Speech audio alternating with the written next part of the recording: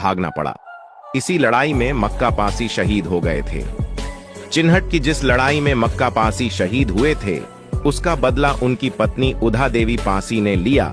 एक महिला योद्धा ने अकेले ही अंग्रेजों के 32 सिपाहियों और अफसरों को मार गिराया था।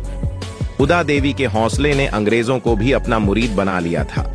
उधा देवी पासी 1857 के विद्रोह के दौरान 200 विद्रोही सैनिकों ने लखनऊ के सिकंदर बाग में शरण ले रखी थी।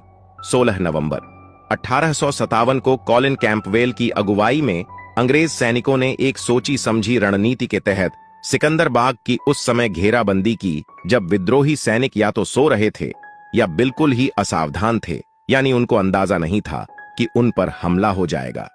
उधा की अगुवाई में वाजिद शाह की स्त्री सेना की टुकड़ी भी हमले के वक्त इसी बाग में थी। जो सैनिक उस समय कहे कि विश्राम कर रहे थे, सो रहे थे, उनकी बेरहमी से हत्या कर दी गई और अंग्रेज सैनिक जो हैं वह तेजी से आगे बढ़ते रहे। हजारों विद्रोही सैनिक मारे जा चुके थे। पराजय सामने नजर आ रही थी। मालूम था कि बहुत बड़ी सेना है अंग्रेजों की, इनसे जीतना मुश्किल है।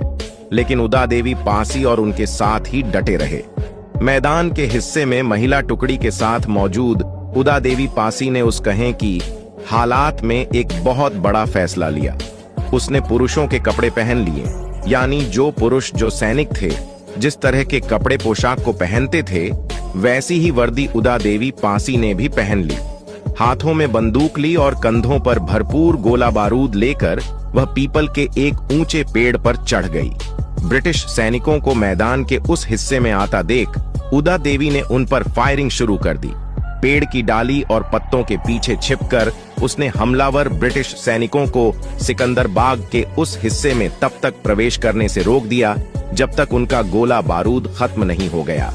उदा देवी ने अकेले लिए ब्रिटिश सेना के 2 बड़े अफसरों कूपर और लेम्सडन समेत 32 अंग्रेज सैनिकों को मौत के घाट उतार दिया था।